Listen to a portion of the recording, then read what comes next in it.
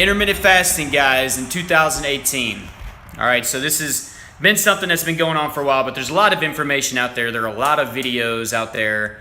I'm going to try to combine as much as I can into one decently long video. It's a complete guide. I'm going to give you the pros, the cons, things you might run into, some awesome health benefits, and how you can lose weight in 2018 using intermittent fasting. So let's dive right in. I have started using intermittent fasting off and on probably about 6 to 8 months ago, somewhere in that range. It's hard for me to pinpoint. Total days that I've done it probably would be the 60 to 90 day range. It's not a lifestyle for me. I use it whenever I plateau, either on weight or if I feel like my diet isn't going good, or I use it to clean out the toxins and waste from my body, and it kind of rejuvenates me. All right, I feel really good when I do it, but I've run into a few cons with it, which is why I don't use it as a permanent thing. I just try to use it to my advantage whenever I feel like it's needed. So let's get right into it. What is intermittent fasting? Okay, it is going to be a period of fasting followed by a feeding period. All right, pretty self-explanatory there. So let's get right into it.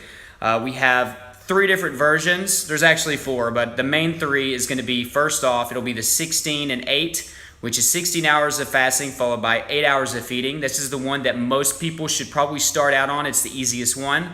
So during that 16 hours of fasting, you cannot have anything that has calories, all right? Black coffee is accepted, water, so that means no, you do not need to be doing Powerade drinks. You do not need to be putting sugar in your coffee, all right? You don't need to be eating fruit. You don't need to be doing anything. No matter how healthy it is, this isn't as effective if you're intaking calories, all right? So the way intermittent fasting works is it actually ups your growth hormone, which promotes burning fat, and it actually lowers your insulin, which also will help you burn fat at a quicker pace, all right? Whenever we eat, our insulin spikes, so it kind of shuts down the process of burning fat. This is really, really cool and something that I've learned, and it seemed really interesting whenever I watched my share of videos over it, so I tried it out.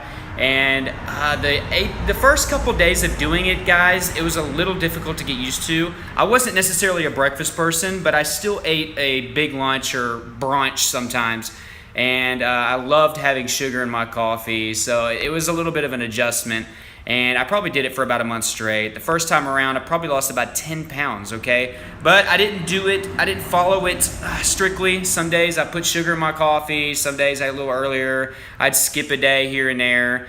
And I did mainly cardio. I didn't do a lot of weightlifting. So I actually could have lost a lot more. But I did notice it was a lot easier to do that with far less work and effort.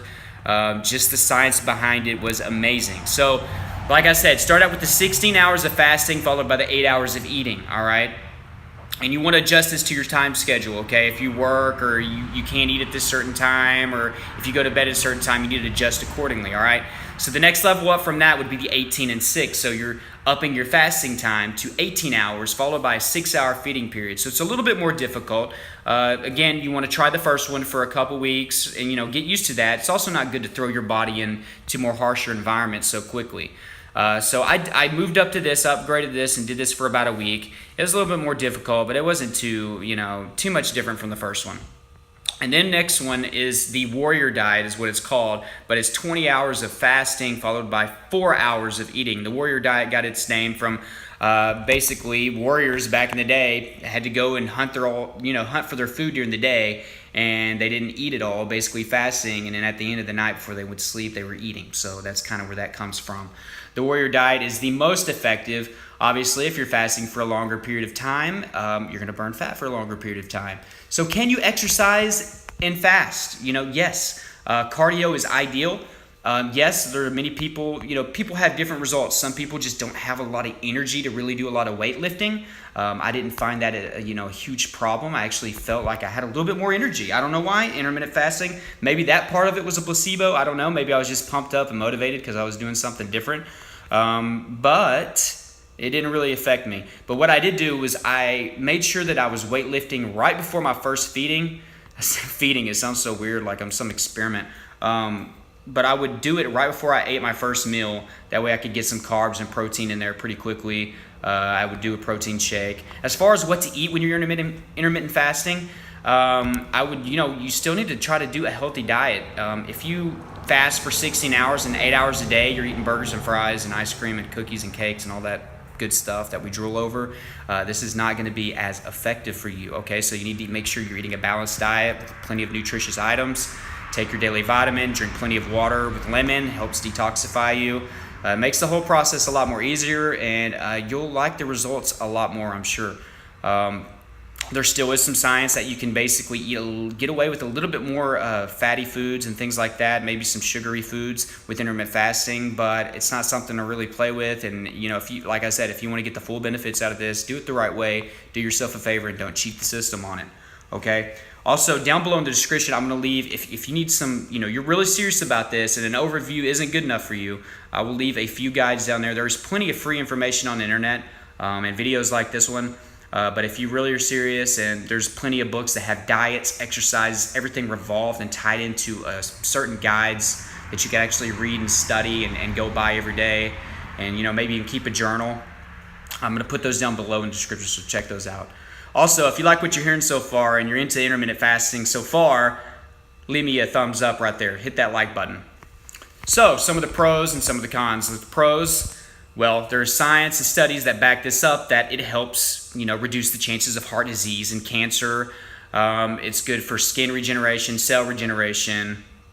It's overall, amazing for your digestive system, all right? You're not putting your digestive system basically gets to clean itself out and work for a shorter period of time, which allows your body to focus on other things that it needs to focus on. So healing times, getting over sicknesses has never been better, with intermittent fasting, all right? It also, like I said, it helps you burn fat at a quicker rate. It's also convenient. You don't have to worry about getting breakfast. You don't have to worry about snacking. You don't have to worry about lunch all the time at work. Whenever you start, you eat for less of the day. You still get in that, those calories that you need. If you're trying to lose weight, always make sure that you're in a calorie deficit to ensure weight loss, all right? And you can adjust accordingly from there. If you think you're losing it too fast, or you don't think you're losing enough, then of course you need to adjust that, all right? Let's talk about potential cons, all right? Sometimes it's hard to get all your calories in a 4 to 6 hour period. I struggled with this. This is one of the reasons I didn't make it a lifestyle. I would use it whenever I felt like I wanted to or needed to. I'd probably get in like 1,200 calories and I'd get full, all right?